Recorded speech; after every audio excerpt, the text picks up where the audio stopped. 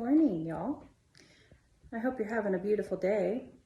This morning is another vet day.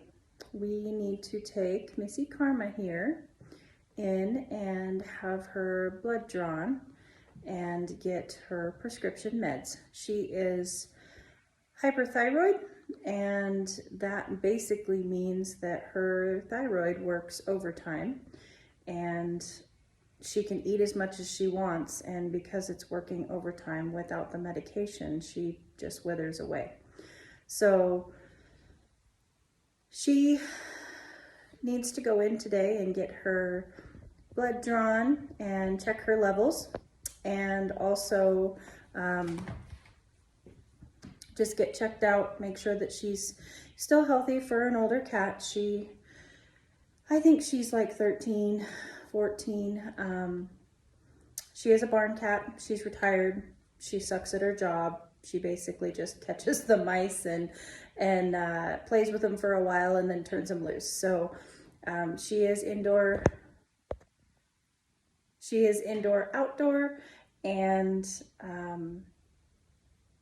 she spends a lot of time outside sunbathing and a lot of time inside in the evening sleeping. She doesn't do much but lay around anymore, and that's okay. She is a lifer, and even though she is a barn cat, I feel that it's important to take care of them and stay up to date on their vaccinations and their worming, and if they become old ladies and need a medication, then that's what we do. This medication is, it's fairly inexpensive, and so it's easy to give. It's just in the pill form. She eats it on top of her food, and it's easy peasy, but she needs to get checked out.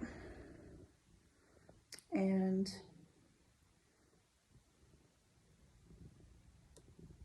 Garmy, kitten, hello. Going to the doctor today? Yeah, not very happy about being in a cage, are you? No, I know.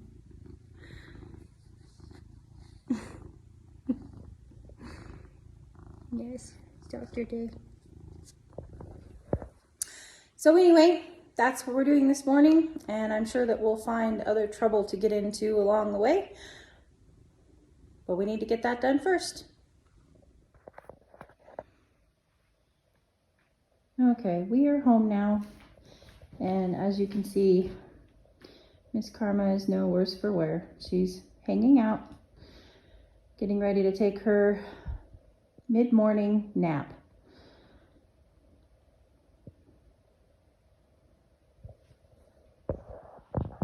Aren't you? Yeah, the vet's wasn't so terrible.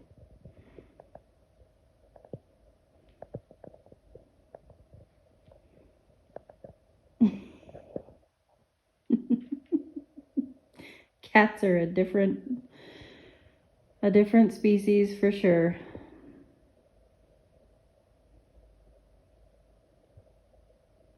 There's a sign at the veterinary office that says dogs have owners, cats have employees. It's very true. Well, have a good day, Carmi.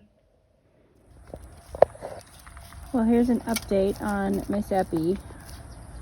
She's doing fine. She's still pretty drunk because we have her on doggy downers to keep her calm, and she's allowed to be out of her kennel when I am watching her very closely without her cone on,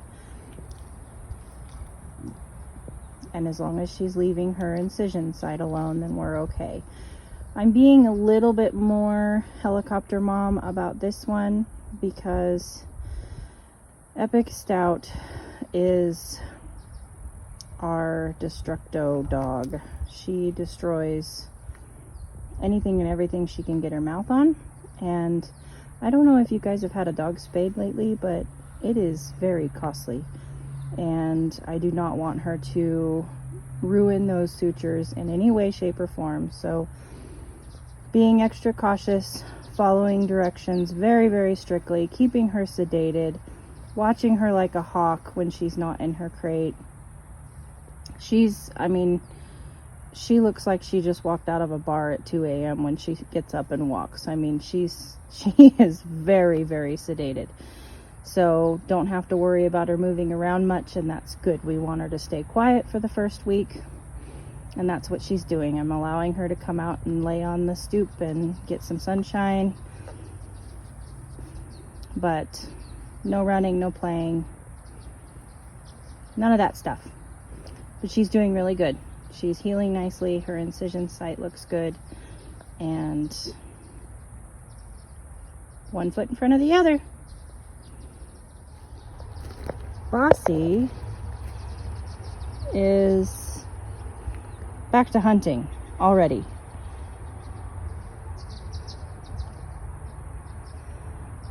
I do not even know where she is. See if we can track her down. Bossy!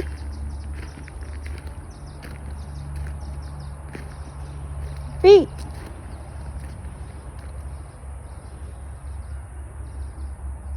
You notice there's some ladders there on the porch. Mr. Wonderful's doing some work on that front wall of the house. Ah, there she is. Well, hello. Are you hunting? Yes? She's feeling quite normal again. Yeah. Doing good. Mouth feels good. So there's an update on Bossy. She's back to hunting and doing her daily chores of finding frogs. So all is well there. Hummingbird feeder juice hack. First of all, let me just say, you do not need to buy the special stuff at the store for hummingbirds. It's got dye in it a lot of the times. It's super easy to make, you guys. Take your hummingbird container, put a quarter of that container in sugar.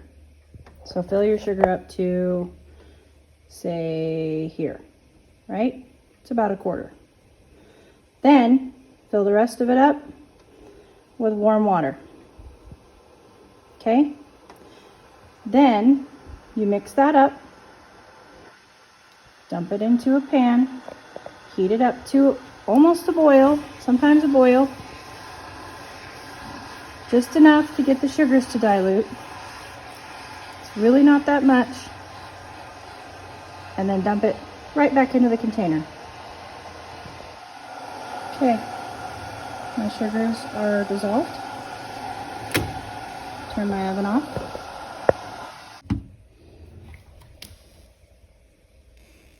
Put your container in the sink, just in case you spill.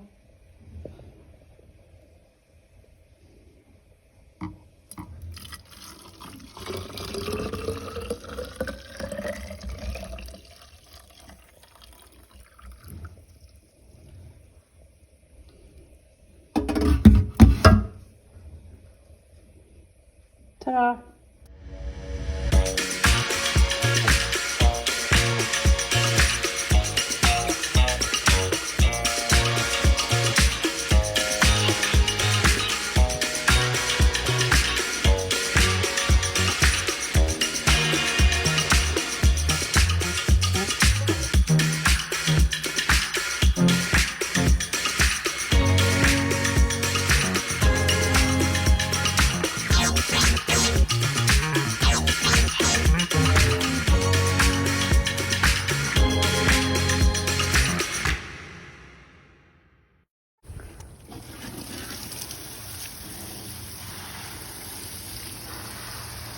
I can't believe these hops.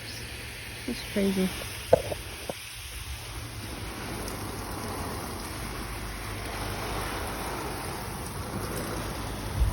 These beds are so weedy. It's embarrassing.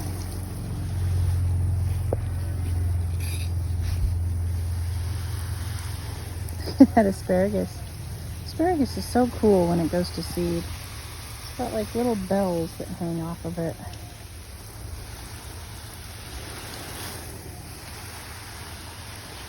Basically tonight it's the evening, and I'm taking you along on some of my evening chores. Most of them are done, but right now we're just watering the weed beds.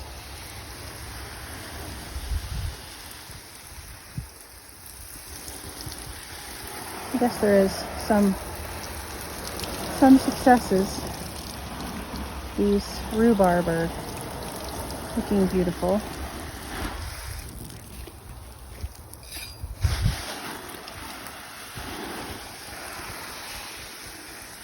And the hops are a huge success. It's just a shame that I never could get out here and get them trained. I'll get to them, hopefully. It's more important things that we're addressing. Animals come before plants. As much as I love my gardens and I love my plants, the animals do come before them.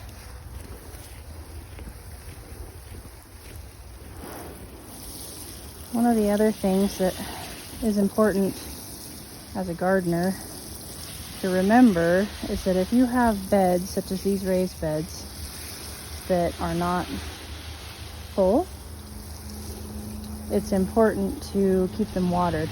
And I know. The more you water them, the more weeds you grow. I get that. No. But if you don't water your beds and keep your soil conditioned and moist for all of the life to grow, they become hydrophobic.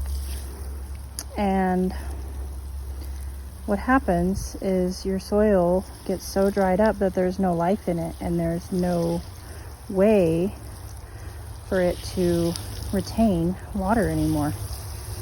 And so then when you go to plant, you've got a bed that won't retain water. And that's no bueno. So, our soil life is just as important as our plant life, if not more important, because without good soil, you can't grow anything. Your soil is where it all starts. So it's important that even though these beds are not completely full, and I don't know if I'm even going to get to planting them, it's important that I go ahead and water them and allow the weeds to grow and come back and pull the weeds in order to keep my soil life up. Because we worked hard on these beds, and if I do decide to plant them, then I want to be able to plant them and be able to water them, and the soil accept the water and continue to grow the life. So these garlic, though they have not bulbed up the way that I wanted them to, they are ready. If I let them go much longer, what's going to happen is the leaves are going to quit growing, and they're going to start pushing a ton of energy down into the bulbs. And what I'm afraid of is that I'm going to have bulbs that start to sprout. And if your garlic bulbs start to sprout, then what happens is you can't store your garlic for a long time. You have to go ahead and process it. And you can do that. You can process your garlic in jars of olive oil. You can peel it. You can dice it and put it in olive oil, a jar of olive oil, and go ahead and seal the jar, and it will last for a long time. But I would like to keep mine dry and store it and use it over the winter that way. So I'm gonna go ahead here soon, I hope, harvest that garlic and get it drying properly so that I can store it. Check out that weed bed. That's embarrassing, you guys. Moving. Hashtag moving. This poor strawberry bed. How did a Johnny jump up get in with the strawberries? Hold on, let me... See him? What is he doing there? Oh my goodness. Well, he's cute. He can stay. I planted Johnny jump ups in the bed underneath those trees over there last year, and a bird must have carried the seed over.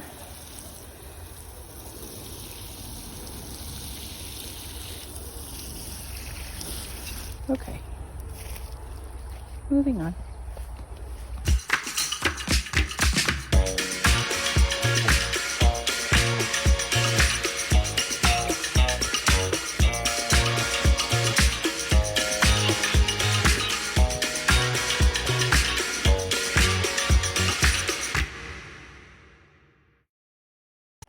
I'm going to go ahead and clean the dog's outside water bowl. They have an inside water bowl, this outside water bowl, as well as a barn water bowl.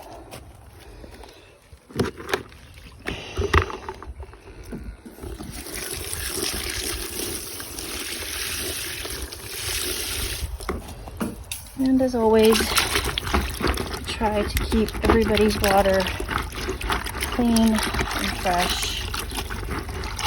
It's very important to the health of our animals, and as farmers we don't always succeed at that, and I'm aware, but I do try hard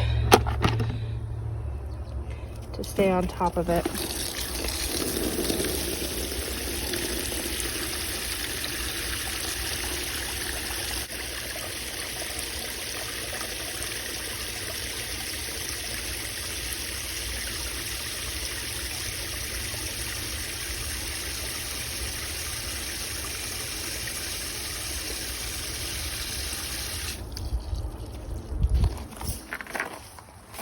Hello, drunken puppy.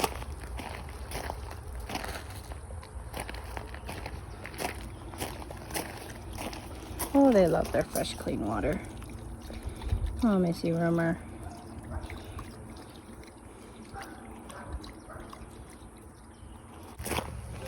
This rhubarb that bolted, this is only its second year, and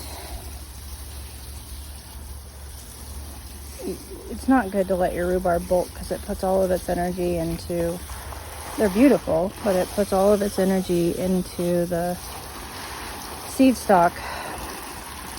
It takes away from the energy of the plant. So now that the beautiful part is over, it would behoove me to go ahead and trim off those stalks.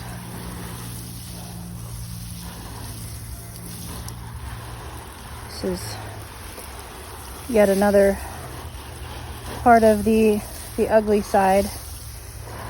You know, when you're moving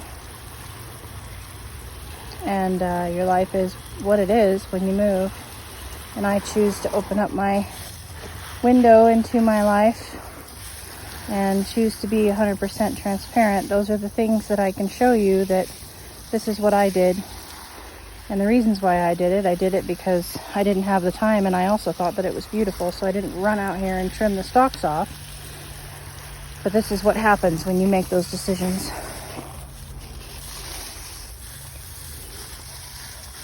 I'm just keeping these tulips moist. Not even moist is not even the word.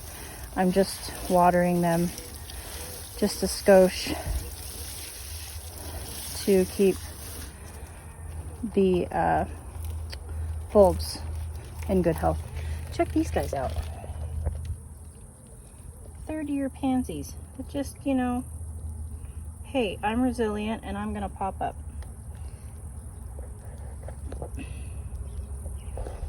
Thank you guys for being so tough. Oh, that is so much better. So, just to show you guys what I just got done doing, in case you can't see it. Wow, wow.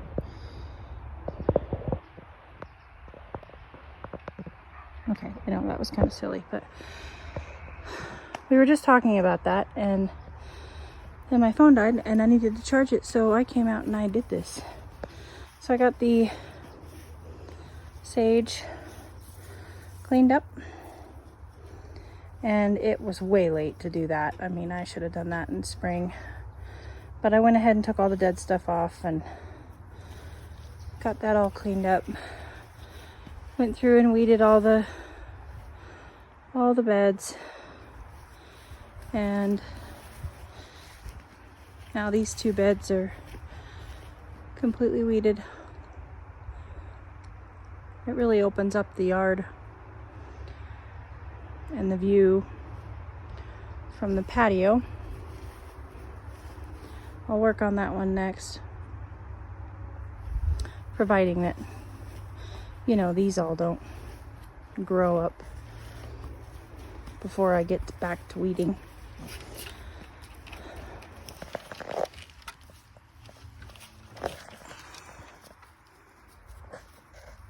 Small accomplishments, folks. 1 foot in front of the other. So one thing I wanted to say to you guys was, you know, there's a lot of times, and if I'm anything like, well, I'm addicted to YouTube farm homestead shows. I watch a ton of them. I love them. And I know what goes on behind the scenes, and I love the ones that show me the good and the bad, and the you know, the successes and the failures. But for some people, they don't get the everyday, what a lot of people would call boring. And here's the thing, it's not boring to us. We love it. We love staying out in our yards until 8 or 9 o'clock at night weeding our gardens, because it makes us feel good and we think, oh my gosh, I might get something planted. We don't mind the scrubbing of the water troughs and the shoveling of the poop and the raking and the, you know, I mean, just all the little menial tasks that go into our days. We love every minute of it, but we know that it's not entertaining. So we don't always show it. You see the weeded beds and the beautiful gardens and the, you know, crystal clean water troughs and the freshly mulched vegetable rows, and you don't see what goes on in between. In a lot of them. Now there's an awful lot of them out there that show exactly what I'm showing. They show the good, the bad, the, you know, everything. And so there you go. I love it. I love my life. I love farming. I love sharing it with you.